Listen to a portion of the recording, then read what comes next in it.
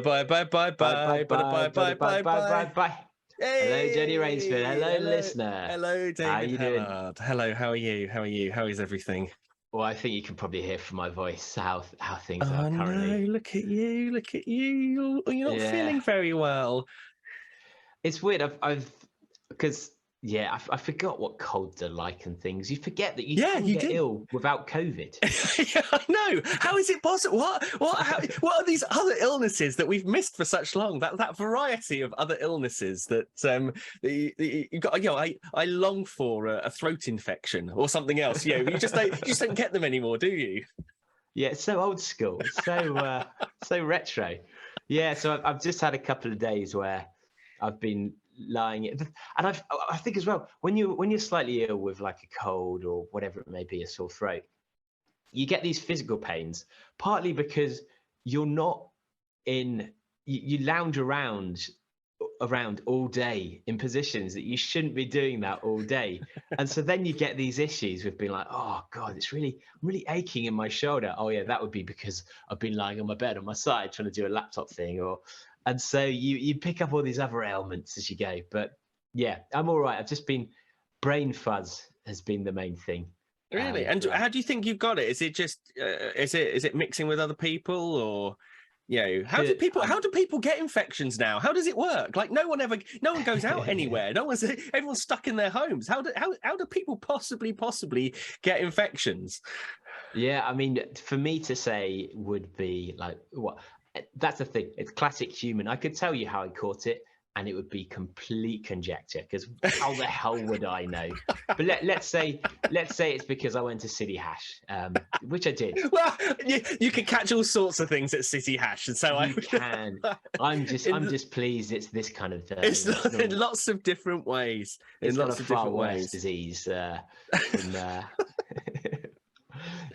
But more importantly, Jody, how are you? Oh my goodness! So I don't know. People won't necessarily listen to the episode where we alluded to the fact I've got probably the most middle class injury I could ever have, where I basically I don't think it's middle class. I think it's lower upper class. No, it's not lower upper class, because if you were lower upper class, you'd be having someone do that for you. There's no way that you would be. Yeah. So it's upper middle class. It's upper middle class. It is. So basically, I've hurt my back. The classic thing of lifting something too heavy in the wrong way, and again, it completely my fault, because I was getting frustrated that everyone was taking so long, and I wanted to just fucking hurry up and get it done. But I did it in that classic way that we all do it. Is the kind of injury that my 21-year-old self would never imagine I would ever have. I put my back out because I was lifting a horse mat while we were transferring Frida's pony from one stable to another, which is possibly the most ridiculous injury ever. And it's really embarrassing when someone asks, how did you do it? And I'm like, I should say some fucking running injury or something like that. This is the thing. I don't seem to get injuries from running, apart from like plantar fasciitis. I mean, there's a very obvious reason why. No. But I'm like injuries from skydiving. No, you know what I mean. Like even when I was like doing like 100 milers and things like that, and I never would. I just wouldn't get injuries. Like but all the injuries I've had have basically in this period of essentially not running as much, because they're all related to either being on a bloody laptop or sat at a desk or sitting and stuff like that. So my back. So I hurt my back there, but I've gone to a chiropractor. And does an assessment, and of course they do the assessment, don't they? And I mean, it's such a bloody racket, isn't it? You just like, you pay for the assessment, and then they make some comment along like, oh yeah, the findings, we give you the findings complimentary. You're like, what do you mean give me the fucking findings complimentary? Like, why would I pay for an assessment? How do you feel about the word findings? I know, exactly. I would not be happy with anyone who's used that word to me is not academic enough to be doing that kind of thing. And then, well, it's chiropractic, isn't it? It's not regulated or anything. although it's weirdly regulated in terms of what it can advertise, which I suppose. But I probably said something incompletely. It probably is regulated, but it's not regulated in the same way. You know what I mean? It's not medical, is it? So of course they do all this stuff. But it kind of assessment came back that the injury, the thing that's happened is just the end point of a load of weaknesses that are pretty much brought about by the fact that I sit looking at a fucking laptop for about 16 hours a day. I could have told you that. I know, that's the thing. I just and so, but it's just like a shit 21st fucking century injury, isn't it? Like having your back hurt. It's just so rubbish. It's just one of those like rubbish things that it's just incapacitates you. So I've been to the chiropractor. I've got to go to the chiropractor like twice a week now for the next 4 weeks. And at least I'm kind of walking. I'm amazed they're not saying 4 years, to be honest. Well, I don't know. Because he goes to me, he goes, yeah, it's going to take probably about 4 weeks, for us to get you out of pain, and then then probably like once a month, and then like once every like few months, and stuff like that. And I'm like, is that all? Is that all? Is that all I have? Because it feels as though like it should be a much more involved process that it's going to take. What I found really interesting though was when you go for like an initial assessment somewhere you've not been before, and they give you like a form to fill out, and you have to list. It gives you a list of ailments that you kind of like tick off and everything. I was like. He's just going, no, he's like looking through it, going, oh, your list of ailments. I'm like, I've got more ailments actually than you've got on here. Like, you haven't got this. You haven't. Well, no, gout wasn't on the list. And I said to him, he goes, do you have any like issues with like, with blood or with the heart rate or cholesterol and things like that? I'm like, it's really interesting because you haven't got gout on here. And then he kind of like his eyes lit up. He goes, oh, gout. And he's just wanted to like find out more about it, and it was just like it got quite exciting at that point because I don't think he'd met someone like my age who's had gout before, and I'm like, yeah, but it's like I've met like 21-year-olds who've got gout and stuff like that. It's just it's like no one knows anything about it. So I'm now a bit of a gout expert to him as well. But yeah, so. That made me feel fucking old and shit. And so I've been going to and I've got another appointment today, and at least I'm kind of walking again. But yeah, it's all just generally shit and being old and feeling shit, basically. But apart from that, brilliant. How's everyone else? How are you doing, listener? How are you doing? Were you out running? Fuck you. That's the thing. I feel my illness came from me getting back to doing interval sessions this week. And as soon as it looks like I'm getting fitter, I'm like, God damn it. Your body doesn't want to. The body wants comfort. It wants protect. It just wants to stay at home and do absolutely nothing. That's what the body wants. And and who am I to fight against its nature? But I believe you've got a controversy of the week for us. Oh, my eyes lit up when I saw the first thing I saw of this. I think it was on LinkedIn or Facebook, and it was someone that I know who is like really into their cycling, and they had their British cycling membership card and a pair of scissors going through it, a photo of it, and I was like, oh. What's this? What have they done? And so I saw the story that British Cycling, have just signed a deal, a sponsorship deal. Because British Cycling, you're getting out in the environment, you're getting out on the roads. One of the big things is athleticism. It's being in nature. It's that kind of stuff, isn't it? So British Cycling have announced a partnership with Shell for 8 years. 8 years. 8 years. And so apparently the deal will help us take important steps towards net zero. I'm like, but isn't cycling like the whole thing of I mean, wait, the deal will help Shell or help? I tell you, I'm like, the idea of this, like there's an article on the Guardian, and it says absurd. British Cycling faces backlash after announcing partnership with Shell. It's just some of the thing. British Cycling is facing a backlash from environmental groups and its members after announcing a major new partnership with the oil giant. The governing body claimed it would help our organisation and sport take important steps towards net zero. It's fucking cycling. Like, it's pretty much at net zero as it is. I mean, like, why would you need to partner with Shell who's going to be one of the, in essence. I mean, an oil giant. Yeah. Critics used social media to ask whether it was April Fool's Day, and the mood was captured by one respondent who wrote, "Partnering a fossil fuel company as an accelerant to your path to net zero. Is this satire?" It's like, yeah, I mean, it's just, and the other thing is, it's like people defending it as well. Like Chris Hoy was saying, "Oh, this will be very, this could be an opportunity for, us to influence Shell's policy." Like, what, for some shitty little sponsorship deal, which is like literally pocket change to them? Do you have a board seat? Yeah, exactly. I know. It's the same thing when it reminds me when basically Saudi took over Newcastle. And of course, Alan Shearer, sensing there's a bit of cash to be had as a consultant, starts defending them, starts saying things. "Oh, I'm gonna speak to them about about the human rights abuse." It's like, "Oh, will you fuck?" Like they're gonna give a shit about anything that you say. I mean, it's so pathetic when they come up with this. "Oh yeah, it's our chance to influence them." I'm like, did you have that discussion while they were talking about the money? It's just so painful. What do you think of that? Well, I mean, obviously, not surprising in some ways and shocking in others. Why is it not surprising? Well, just because money in sport is inherently linked, and the fact you can get McDonald's sponsoring the Olympics, I mean, or Coca-Cola sponsoring the Olympics. There's at least with McDonald's. McDonald's is a food, and people need food. No one needs Coca-Cola. There's literally no purpose to it for health benefit or anything. Hangovers, a bit of a hangover. Possibly for making red wine drinkable. Probably one of the big. What, Calamucho? Oh, do you know what? You haven't had any Calamucho. Lovely. Yeah, I was learning about Calamucho.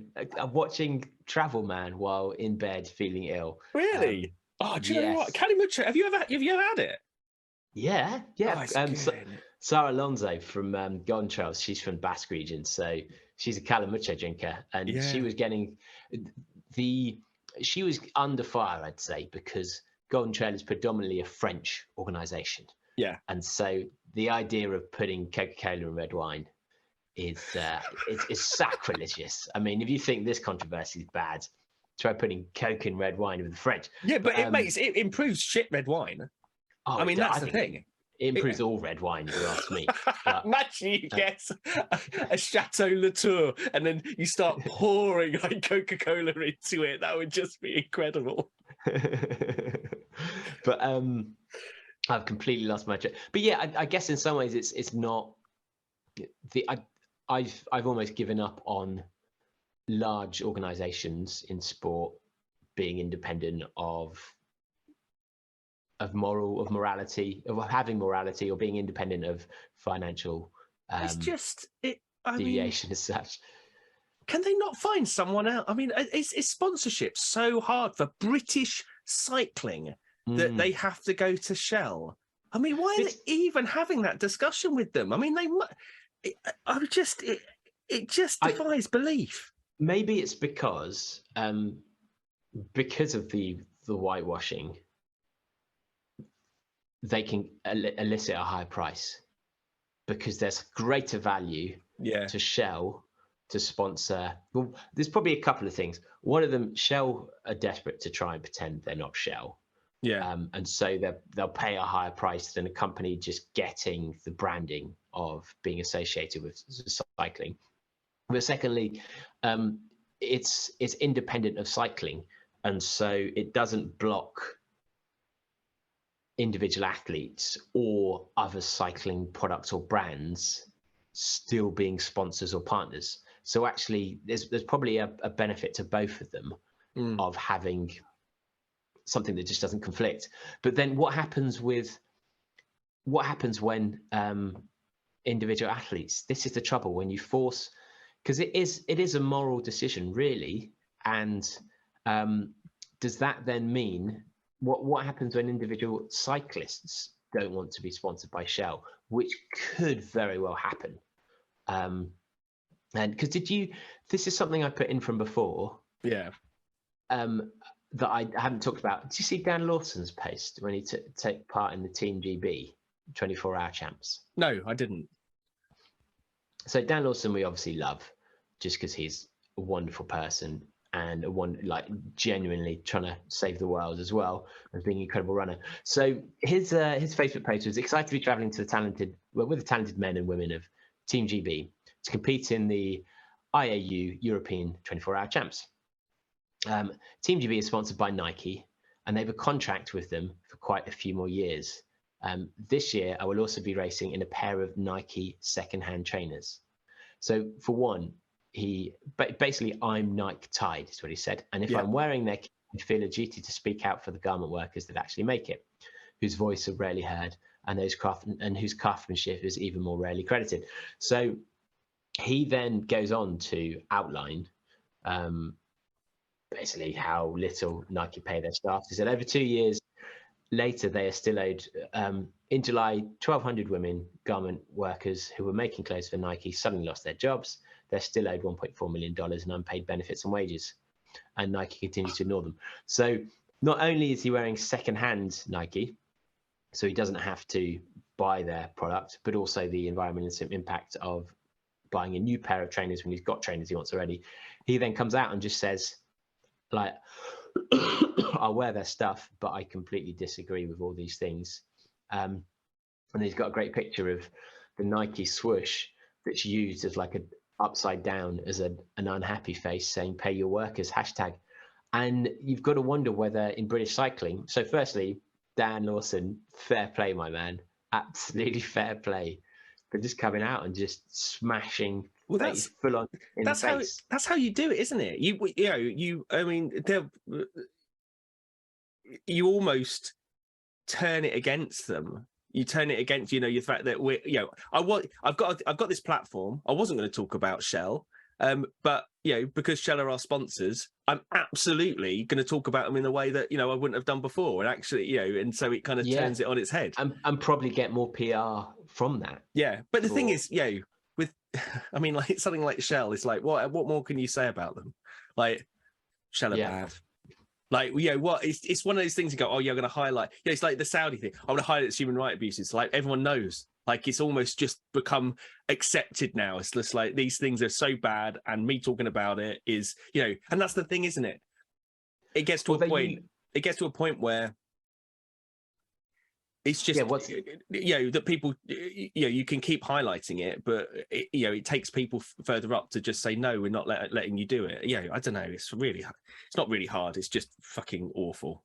Well, that's why Dan's been so clever in that instead of just saying Nike ... he's highlighted a specific issue that people probably don't know, but the majority of people probably don't know that specific element about it, which really embarrasses Nike, or not. And actually, this is something that potentially Dan could make the difference on, and it could be that Nike think, fair dues, will pay that $1.4 million. I mean, it's crazy, isn't it? If you think that's $1,000 per female, if you imagine where they live, that's probably a hugely significant amount. Yeah. Versus the $21 billion that they did last year. So, but I guess the big difference though is that I can't see Team GB not selecting Dan. Yeah. I also can't see Nike turning around to Team GB and saying don't select Dan because of this, because I think Nike are clever enough to know, just let it lie. And Dan's impact, Dan's significant in the ultra community is far bigger than theirs. And if they try whereas in British cycling, you could see cyclists' careers being changed if they were to stand out. And the finances of them and just how much 8-year contract as well, how much it integrates into everything they do. Dan, fair play to Dan for doing this, but to a certain extent, Dan's career isn't on the line by doing that. Yeah. Whereas British cycling, I think they would be. Yeah. It's I just like the thing is, like, why an 8-year deal? It's just it's whack, isn't it? Maybe that's the end of the Earth by then. Maybe that's yeah, exactly. I know, that's it. Shell are betting on the Earth ending in like 3 or 4 years, and so they won't have to pay out for the rest of their. It's going to be so clogged up that no one will be cycling at that point because the world will be so choked. I mean, it's so ridiculous. You cannot. It's like the thing that fuels cars, which are the enemy of cyclists, and which we need more.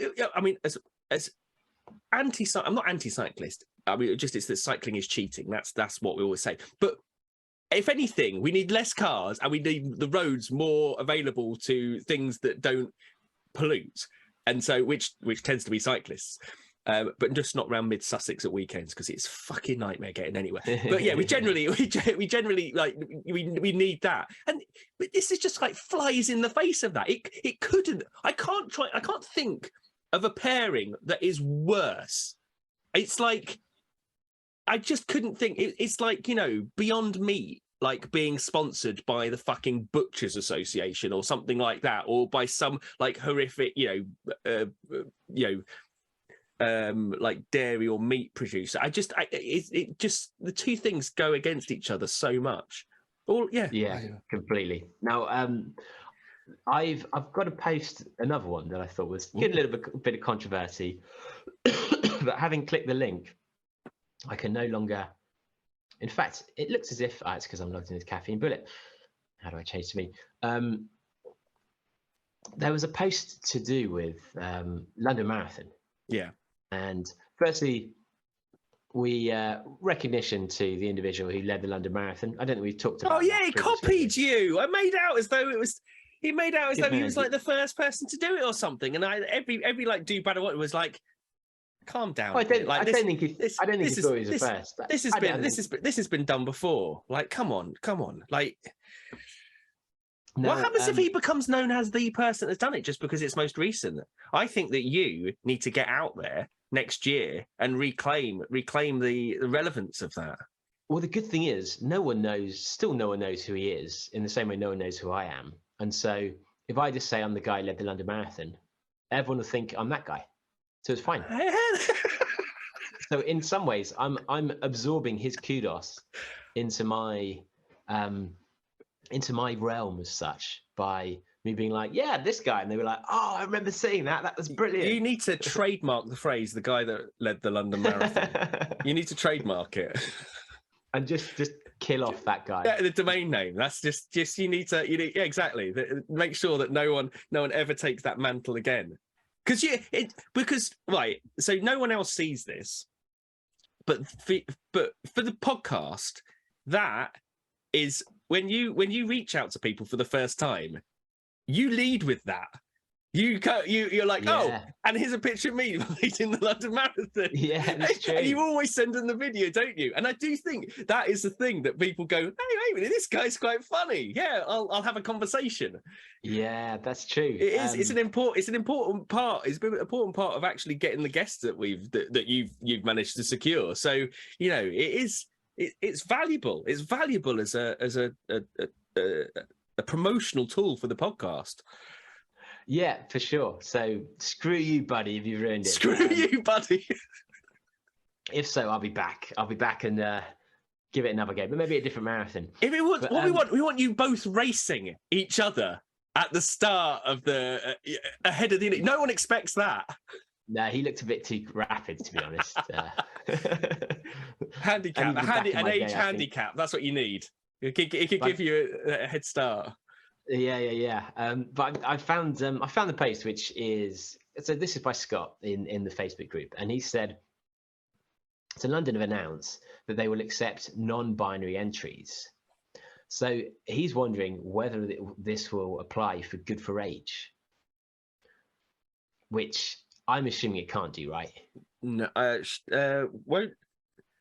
Yeah, how do they work that out? Will they have its own category for Good for Age then for that? I don't. They've not said, and I can't see how they can, just because at the moment. In fact, let's quickly read. So it just as a just know. Do you know what? I didn't even know London Marathon was on. I think it's the first time. Like I've not really. I don't know whether it's I've been busy or something. I've just. It still catches me by surprise because it's not in April. Like I expect it. I don't expect it to be where it is. Even though kind of people are talking about it and things like that, I'm still not used to it being where it is, and so it caught me by surprise. And I didn't watch any of it at all this year for the first time. I don't like when it is. I prefer it in the spring.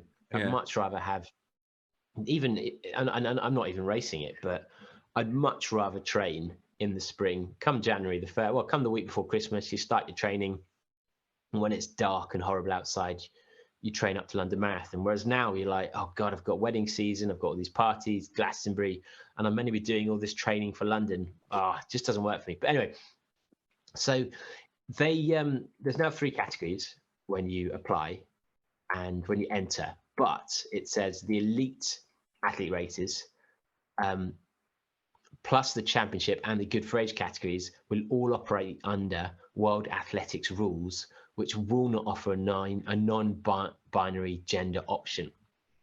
So actually, that's all. I'd imagine London are like, oh, thank God, we don't have to make that decision. Yeah, exactly. Someone else has made the decision, so we don't have to have the controversy around it. Yeah, and actually, that's your dream in life, right? Anything controversial. Out your hands. Yeah, you want to be like, speak to these people. We're bound by what they say.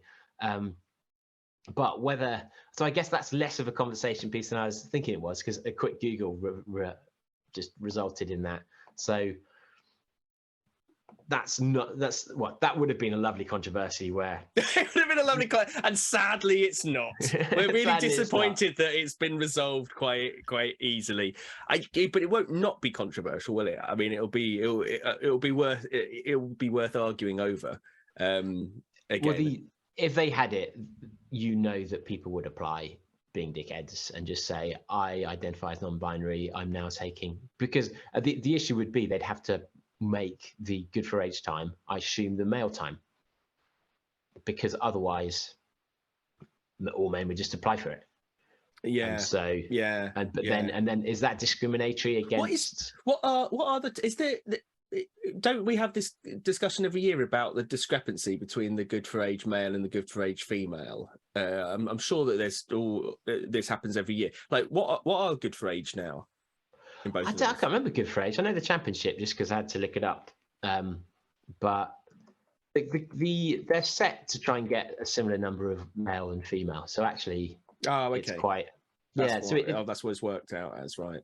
Yeah, I mean the championship are 240 and 314, which was fascinating that there are so many men who, with the cheat shoes, could now have improved. Yeah, that 245 had to move to 240, whereas there are so few women running around the 315 mark that it's only improved by 1 minute, which is quite whack. Just shows you the depth of the men's versus the women's now, which is why good for age should be far more forgiving for women, because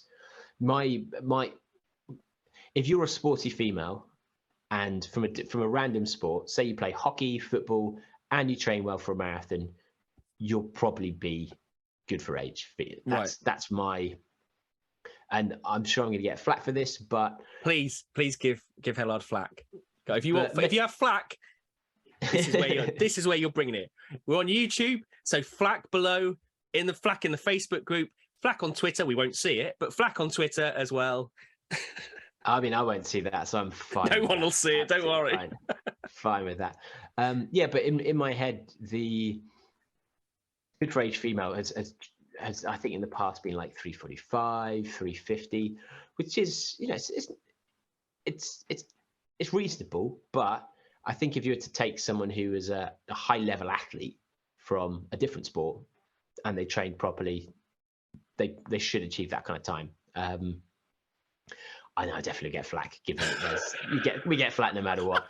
So whereas I'd say not so much in the male category, where if you need to get, was it 310, might be 305 at the moment, which you've got to be pretty focused on that. But Well, let's open that can for another day. Trying to think what else I've got on my list.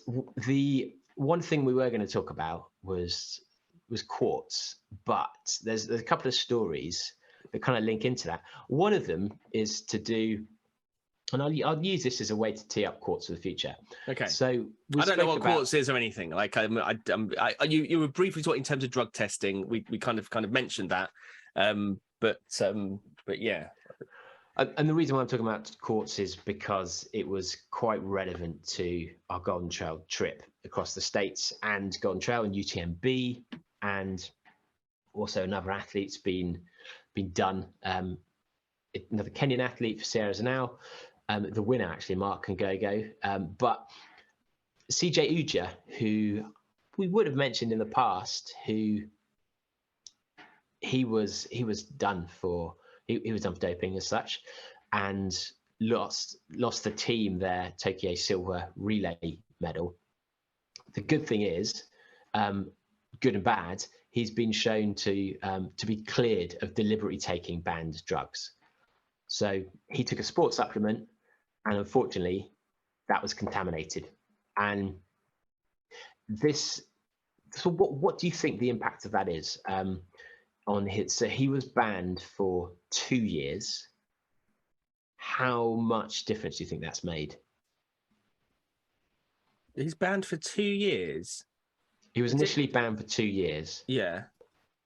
And now they've found out he's been able to show that actually the reason why he'd failed the tests was due to a contaminated supplement. How much difference it made in terms of what, loss of earnings or speed? In terms of the ban. Oh, sorry, in terms of the ban. You're going to tell me they've taken like 2 weeks off it or something like that? Yeah, it's down to 22 months. So it's oh, 2 really? months. Yeah. Really? Oh, wow.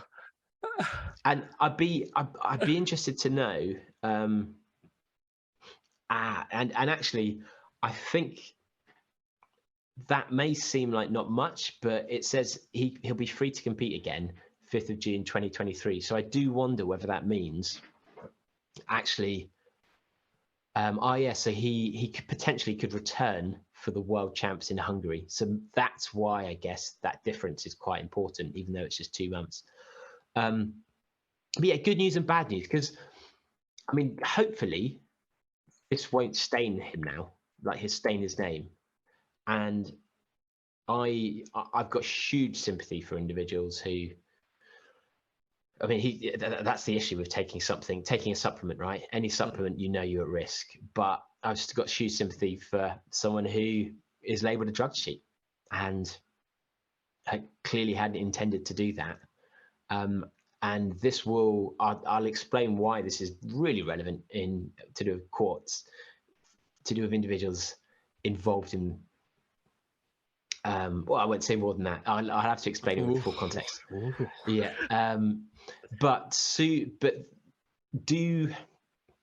It's a hard position, isn't it? Where it is possible to fail drugs tests.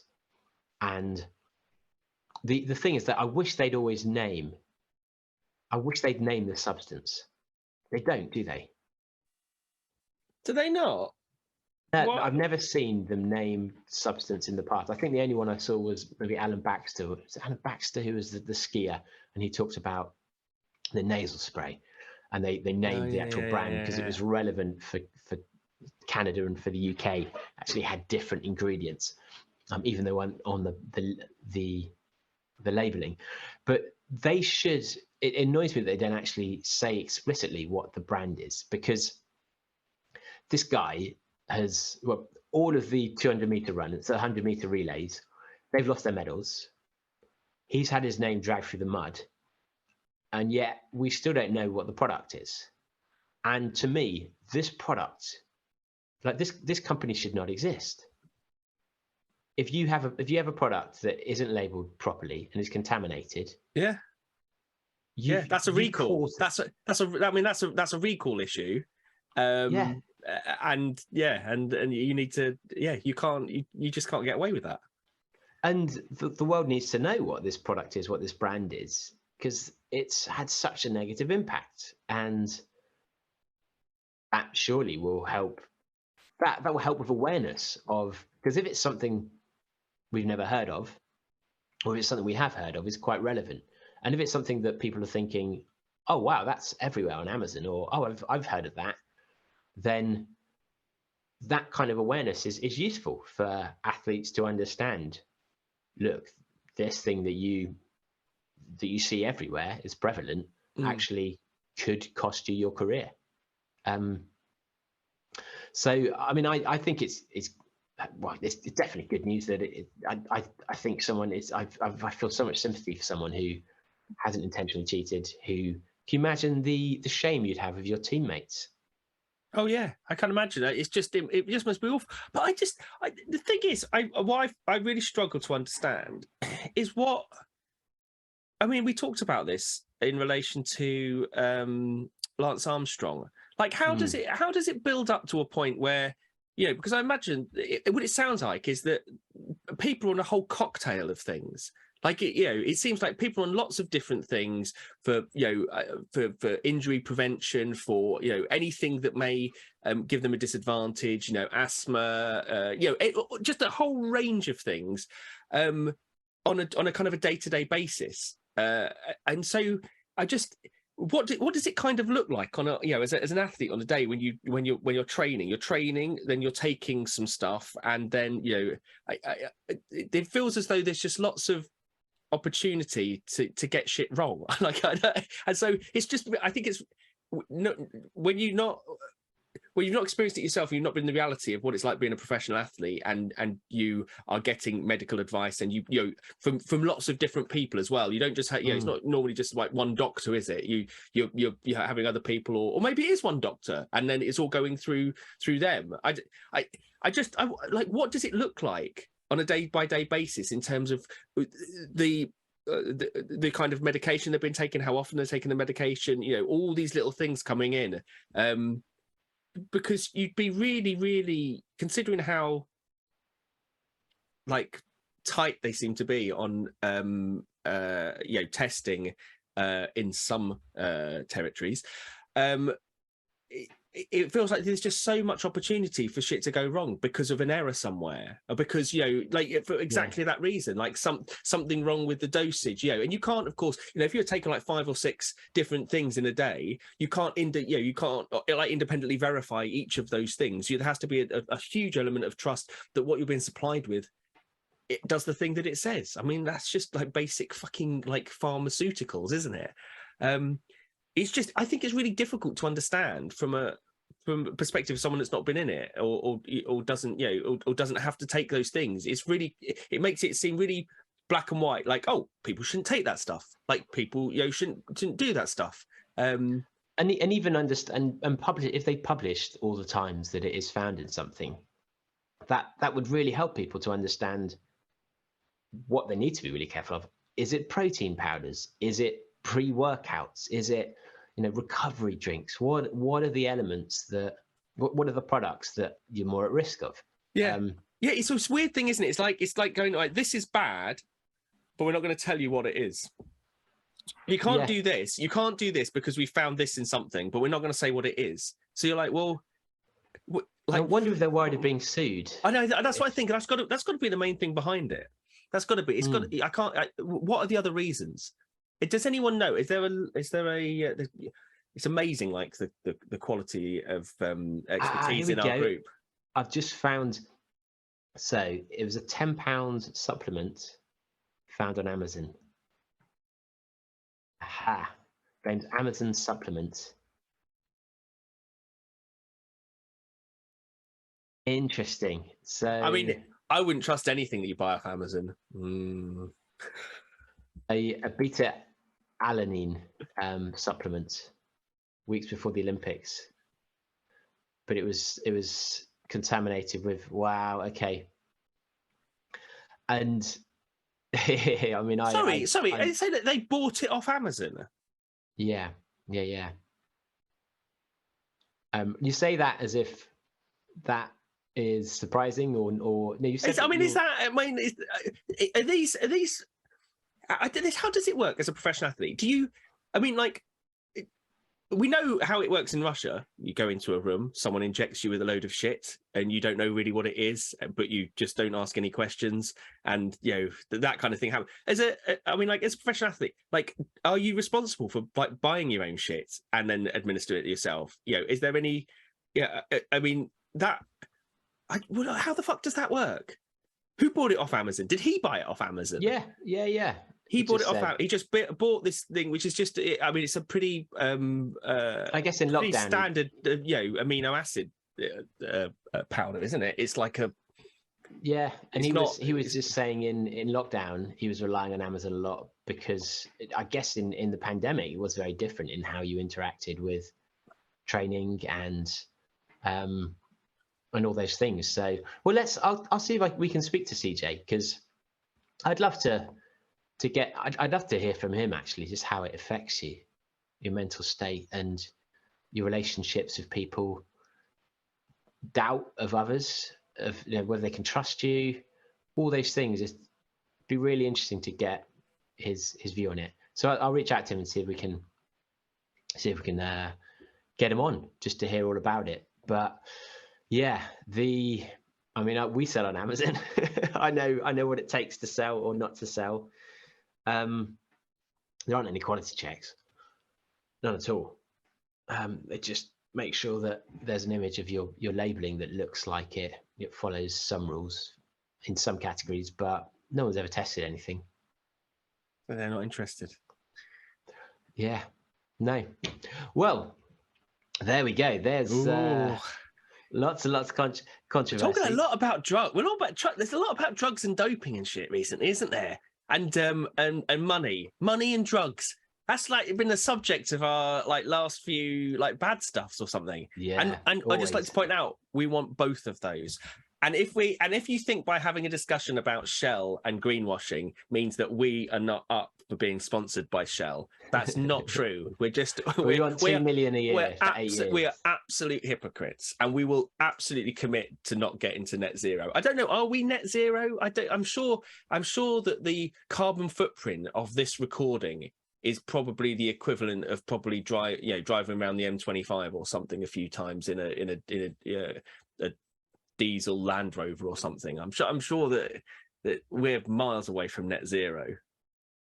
Yeah, God, massively far away.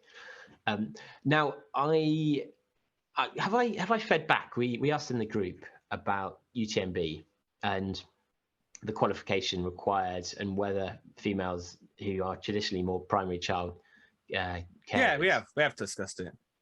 We have discussed it. Cool. And did we discuss the feedback from within the group? We did. Yeah. Okay. Whoops! I should have. As we expected. That's the thing. As we expected. Yeah. Okay. I'll archive that conversation then, because we had feedback from the do-badders that I wasn't sure if we'd. So then the other thing to follow about, we asked the listener. We asked the do-badders, would you run with anal beads if it gave you a performance enhancement? I've got to say, putting the word anal beads into that podcast episode made it one of the fastest downloaded episodes that we have ever put out. So maybe now we've mentioned it, we can mention it in the title again. Anal Beads Part 2. So we asked, the exact question was, would you run with anal beads if it helped your performance? Simple question.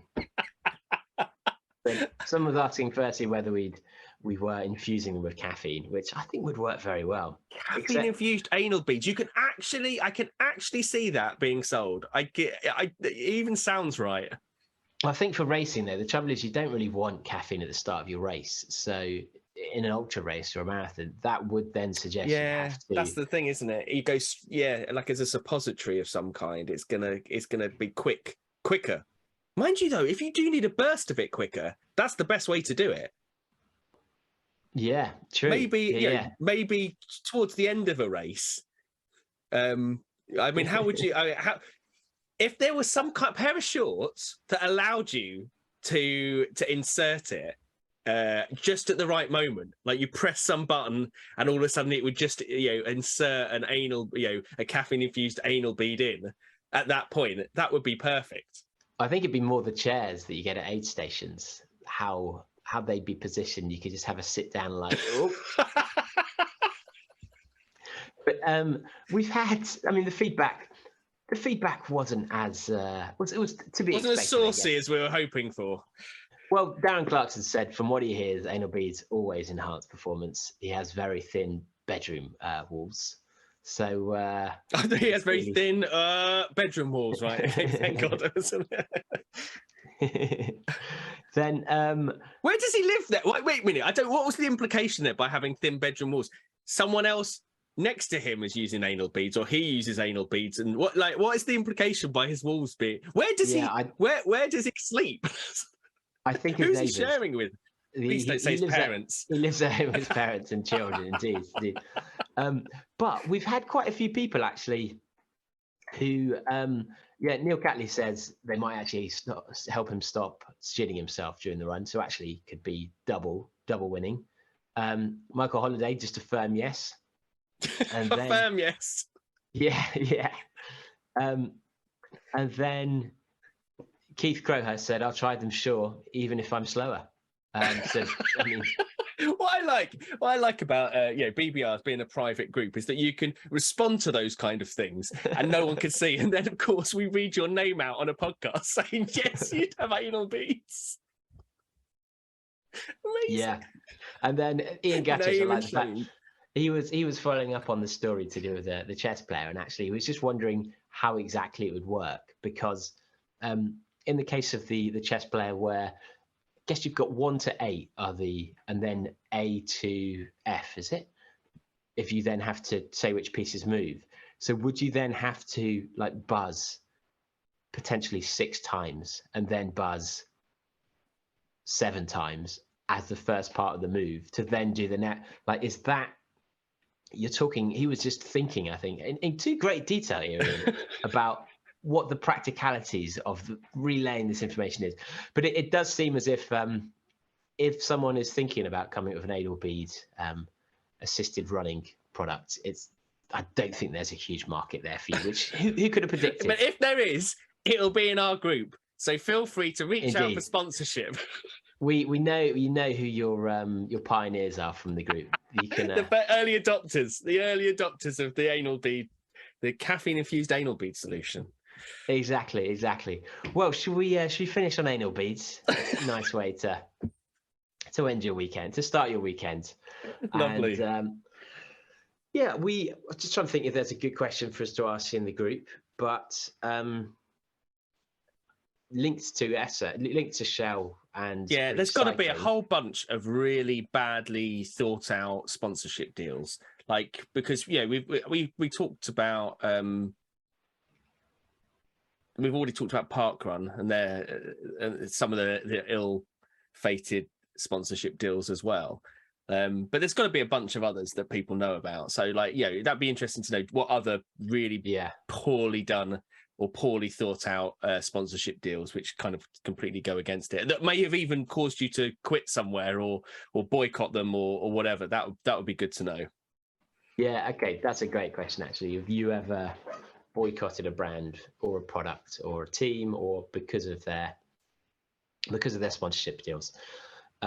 Well, thanks for listening, guys. And anything to throw into the mix, Jody?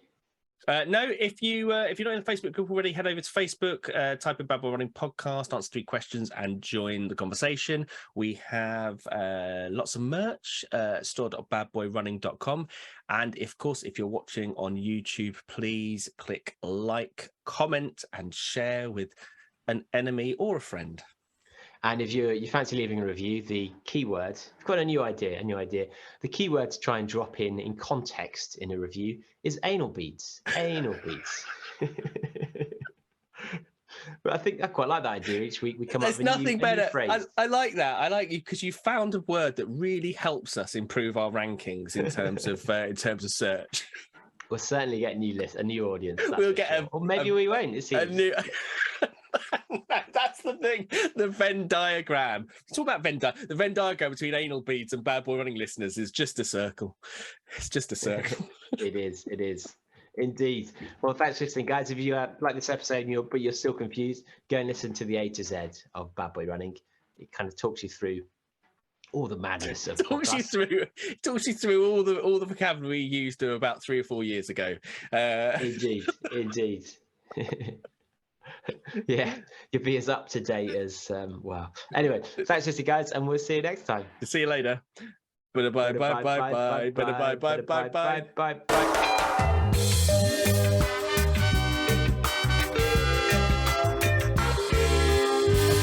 Fuck you, buddy.